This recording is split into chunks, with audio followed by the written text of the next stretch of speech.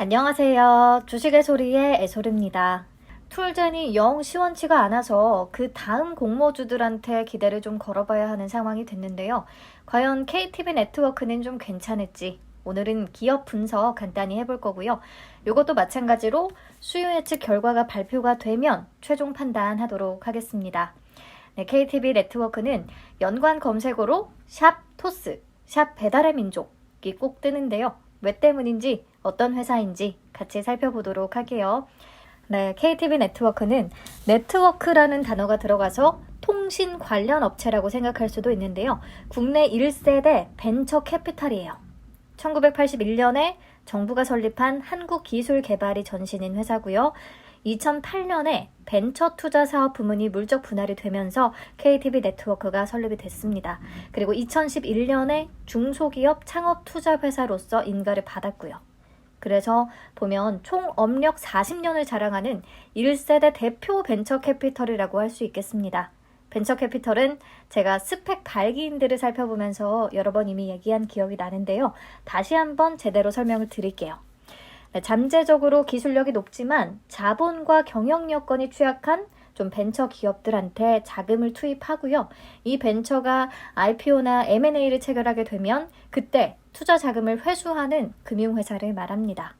네, 자본이나 경영 여건이 취약하면 은행 대출을 받기가 쉽지 않잖아요. 그래서 벤처 캐피털이 은행처럼 돈을 빌려주고 이자를 받는 게 아니라 지분 투자 형식으로 투자금을 지원을 하게 되는 거죠. 그래서 해당 회사의 주식을 갖고 있기 때문에 이 회사가 IPO를 하게 되거나 M&A를 체결하게 되면 그때 보유하고 있는 주식을 팔아서 자금을 회수할 수 있는 겁니다. 엑시트라고 하죠. 네, 이해되셨죠? 자, 그래서 벤처 캐피탈이 투자를 하는 방식은 크게 두 가지인데요. 첫째, 회사 고유 계정을 이용한 직접 투자가 있고요. 아래 그림에서는 밑에 자기 자본 투자라고 쓰여진 부분이 되겠고, 둘째는 개인이나 법인 또는 정부 기관 등의 출자를 받아서, 그러니까 투자금을 조금씩 받아서 투자 조합을 설립한 뒤에 벤처 기업에 투자를 진행하게 됩니다. 펀드 레이징을 해서 투자를 한다고 보시면 되겠죠. 직접 투자는 아무래도 위험 노출도가 너무 크고 금액적으로도 부담이 있으니까요. 네, 아무튼 이때 중소기업 창업 투자 회사, 즉 벤처 캐피털은 업무 집행 조합원으로서의 자격을 취득하게 됩니다. 제너럴 파트너라고 해서 GP라고 부르고요. 조합을 결성하고 등록하고 투자를 진행한 뒤에 분배까지 이런 조합 사무를 총괄해서 맡게 됩니다.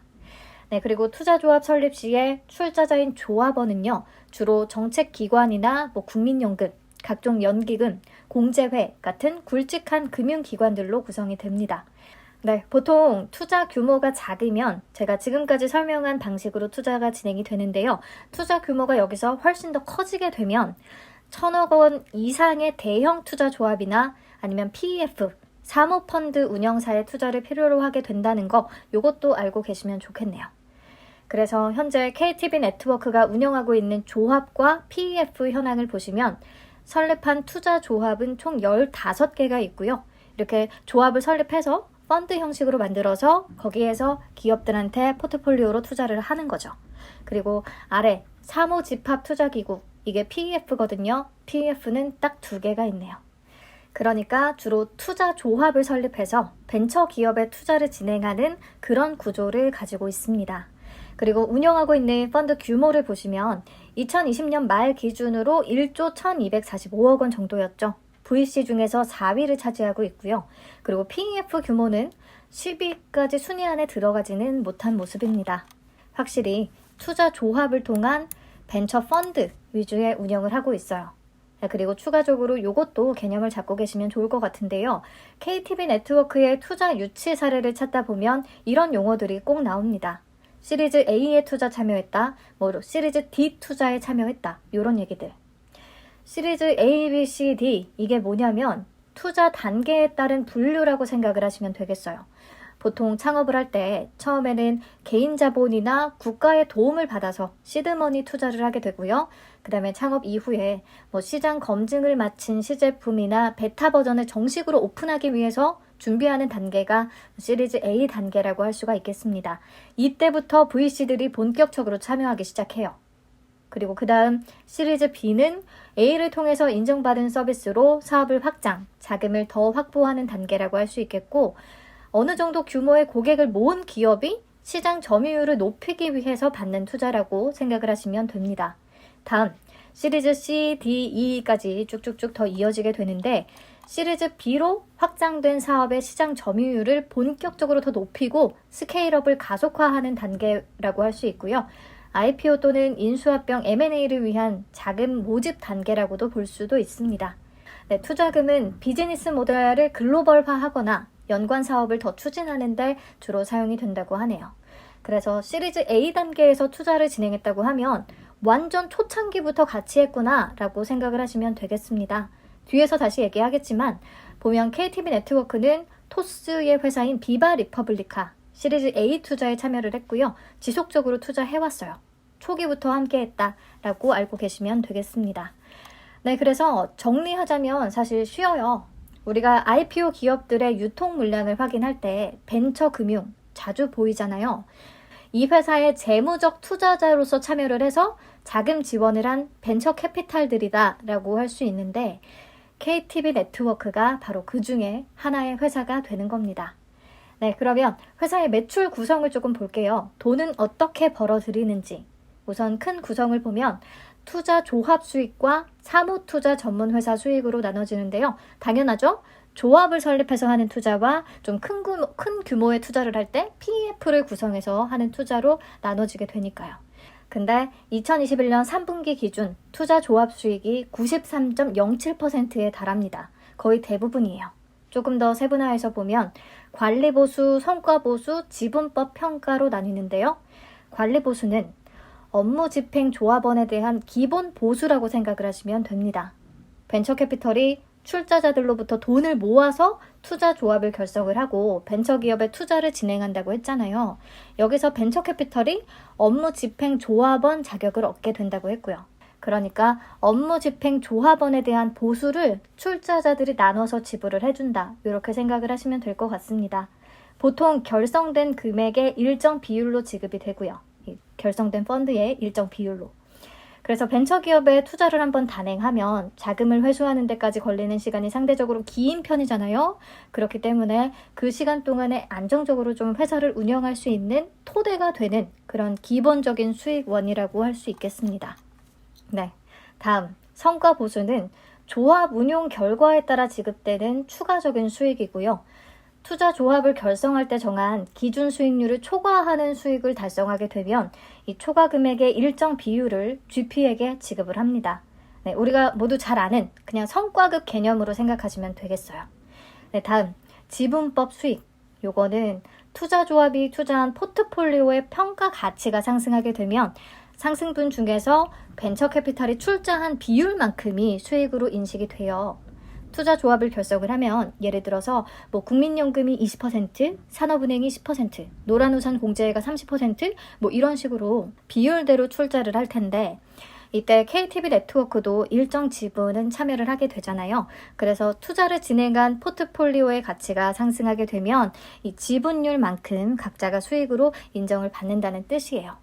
근데 보시면 KTB 네트워크는 최근 4년 동안에 지분법 평가 수익이 엄청 크게 상승을 합니다. 성과 보수도 그렇고요. 그 이유가 무엇이냐? 네, 투자 포트폴리오에 그 답이 있어요. 보면은 얼마 전에 상장한 RBW 보이시죠? 여기에도 투자를 했었는데 이번 상장을 통해서 10배 이상의 투자 수익을 챙겼다고 합니다. 그 밖에 비바 리퍼블리카, 배달의 민족의 우아한 형제들, 그리고 툴젠까지도 보유하고 있어요. 툴젠에 대한 기대치가 낮아지긴 했지만 보면 우아한 형제들은 시리즈 B부터 투자에 참여했다고 하고요. 그 당시에 투자 규모는 23억 원이었는데 최근에 M&A가 진행이 되면서 지분을 매각했거든요. 회수 금액이 무려 629억 원. 그래서 27배의 수익으로 잭팟을 터뜨리면서 굉장한 주목을 받았습니다. 그리고 토스의 비바 리퍼블리카. 앞에서 얘기했듯이 KTB 네트워크가 시리즈 A 투자 때부터 참여를 했는데요. 초기 투자자 가운데서 현재까지도 투자를 유지 중인 국내 유일한 벤처 캐피털이 바로 KTB 네트워크라고 합니다. 기업 가치 250억 원일 때 최초로 투자를 진행했고요. 현재는 기업가치 8조 원 이상으로 평가를 받고 있습니다. 일부 지분은 매각을 해서 22배에 달하는 수익을 일부 챙긴 것으로 보이고요. 나머지는 아무래도 상장 때까지 같이 가지 않을까 싶어요. 네, 그 밖에 원티드랩도 기억나시죠? 원티드랩에도 투자를 진행했었는데 33억을 투자해서 IPO 때 197억 회수에 성공을 했다고 합니다. 아직도 보유하고 있는 지분 2% 정도가 남아있고요. 우선은 제가 최근에 이슈되는 종목들만 언급을 한 거고 이 밖에 자금 회수에 성공한 여러 기업들이 더 있습니다. 그리고 국내뿐 아니라 해외 포트폴리오 비중도 꽤 되는데요. 전체 투자 자금의 30%가 넘어요. 대표적으로 미국 증시에 상장한 중국 전기차 관련 업체인 샤오펑에 투자해서 5배 수익을 거뒀고요. 그리고 카티 개발업체인 카스제는 아직 자금 회수가 이뤄지지는 않았는데 지난 9월 말 기준으로 11배의 평가 이익을 내고 있습니다. 그림에서 보시면 아래에 OX, 11X, 3X 이렇게 적혀 있는데 이게 지금 몇 배의 수익을 냈느냐, 내고 있느냐를 나타내는 수치라고 보시면 됩니다. 그리고 인도와 동남아 시장으로도 커버리지를 확대하고 있는데요. 투자 기업 중에 노브로커는 인도 최초의 프롭테크 유니콘 기업으로 선정이 됐고 그 밖에 우리가 동남아를 여행하면 필수로 이용하는 앱 중에 하나죠. 차량 공유업체 그랩에도 투자를 진행했습니다. 네, 현재 그랩도 미국 나스닥 상장을 추진 중이라는 얘기가 나오니까요. 기대되는 대목 중에 하나가 되겠습니다. 네, 그래서 보면 지금까지의 성과는 참 좋았던 게 확실해요. 포트폴리오에 편입한 기업들도 회사가 선구안이 있는 건지 아니면 노하우인 건지 40년 업력의 노하우인 건지 토스나 배달의 민족 이렇게 잘 선택을 했고요. 우리는 근데 상장 이후가 더 궁금하죠. 상장 이후를 살펴볼 필요가 있는데 앞으로 KTB 네트워크가 자금 회수가 가능한 기업들이 또 가지고 있을까? 그리고 좋은 평가를 받을 만한 기업들이 있을까라는 질문에 대해서 회사 측에 따르면 우선 2, 3년 내에 엑시트가 가능한 회사가 추가적으로 30개 정도가 더 있다고 하네요. 생각한 대로 다 되지는 않을 테지만 그래도 성과는 어느 정도 계속 낼 수 있을 것으로 보이고요. 우한 형제들 같은 잭팟을 다시 기대할 수 있을지는 조금 의문이 들기는 합니다. 네, 이번 공모자금은 100% 펀드 출자에 새롭게 투입이 됩니다. 투자 조합을 결성할 때 출자하는 자금으로 쓰겠다는 소리죠. 보시면 후속 투자 조합 중에서 5천억 원 규모면 사실 엄청 크고 희귀해요. VC 업계에서 이 정도 규모의 펀드를 만든 건 작년 말에 에이티넘 인베스트먼트가 처음일 정도로 드물다고 합니다. 이 펀드를 통해서 또 어떤 기업들을 담을지 기대가 되기는 하네요. 펀드 규모가 커지면 자연스럽게 관리 보수 규모도 커지고요. 왜냐면 결성액의 일정 비율을 받으니까. 그리고 성과를 잘 내면 성과 보수 규모도 훨씬 클 테고요. 그리고 당사의 출자 금액이 결성 금액의 20% 정도로 비율이 조금 높은 편에 속해요. 그만큼 투자 성과에 대해서 받을 수 있는 몫이 훨씬 커진다는 뜻이기도 합니다. 네, 아무튼 최근에 상장한 VC들은 공모자금의 10에서 30% 정도는 인건비나 해외 사무소 개설, 이런 운용 자금으로도 사용을 했었는데 KTB 네트워크는 100% 펀드 출자에 투입을 하네요. 좋습니다. 네, 넘어가서 실적 볼게요. 매출과 영업이익, 순이익 모두 꾸준히 증가세를 보이고 있는데 지난해에 이미 역대급 실적을 기록했거든요. 근데 올해 3분기 누적 실적까지 보시면 작년 실적을 또 훌쩍 뛰어넘었어요. 그래서 다시 한번 사상 최대 실적이 기대되고 있습니다. 네, 그리고 2020년 기준 당기순이익이 VC 업계 1위를 기록했다고 하네요. 배달의 민족이나 토스 이런 것들이 큰 역할을 했을 것으로 보입니다. 그리고 아무래도 VC는 인건비 외에는 크게 비용이 드는 것들이 없기 때문에 영업이익률이 굉장히 높고요. 순이익률 또한 높네요. 꾸준히 증가하고 있다는 것도 긍정적으로 보입니다. 그리고 재무 안정성 지표도 보시면 아무래도 장기 투자 비율이 높기 때문에요. 차입을 통한 투자보다는 자기 자본을 이용한 투자 위주로 사업을 진행하고 있거든요.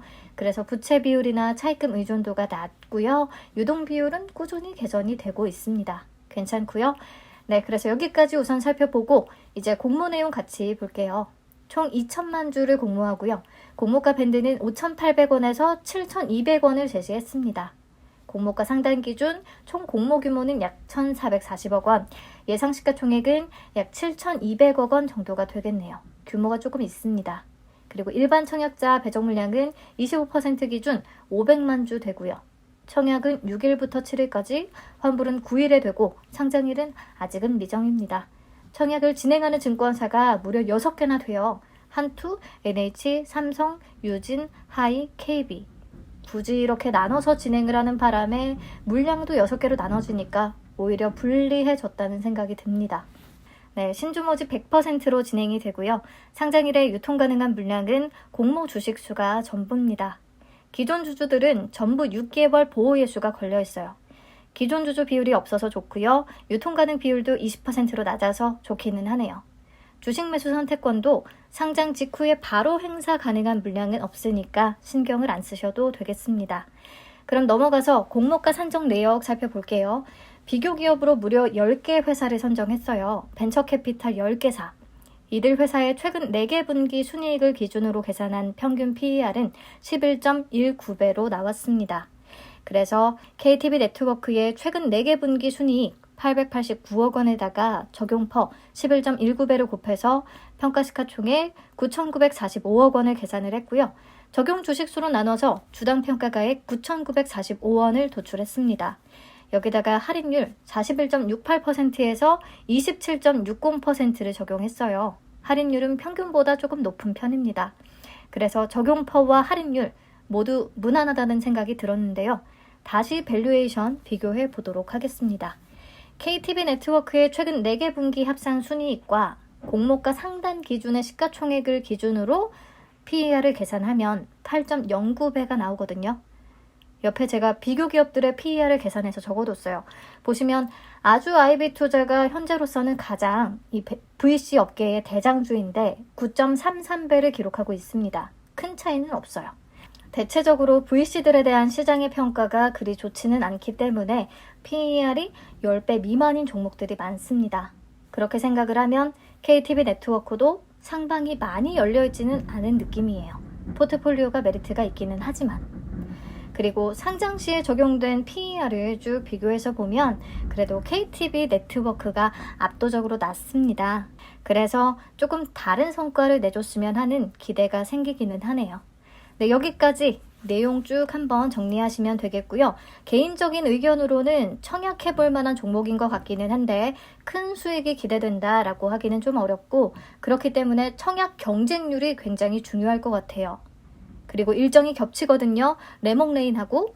그래서 레몽레인과 비교 우위를 따져서 최종 판단을 해야 합니다. 앞으로 제가 쭉 팔로우업 더 할 예정이고요. 마지막으로 배정 물량과 한도 체크하고 마칠게요. 한투가 300만 주, NH가 140만 주를 받았고요. 나머지는 15만 주씩 밖에 안 돼요. 굳이 이걸 6개 회사가 나눠 가지면서 오히려 받기가 더 불리해진 거죠. 그래도 한투하고 NH는 배정 물량이 조금 되니까 균등히 추첨 영역으로 가지는 않겠습니다. 네, 수수료하고 계좌 개설 일자까지도 챙겨봐 주시고요. 증권사별 청약 한도는 화면으로 대신하겠습니다.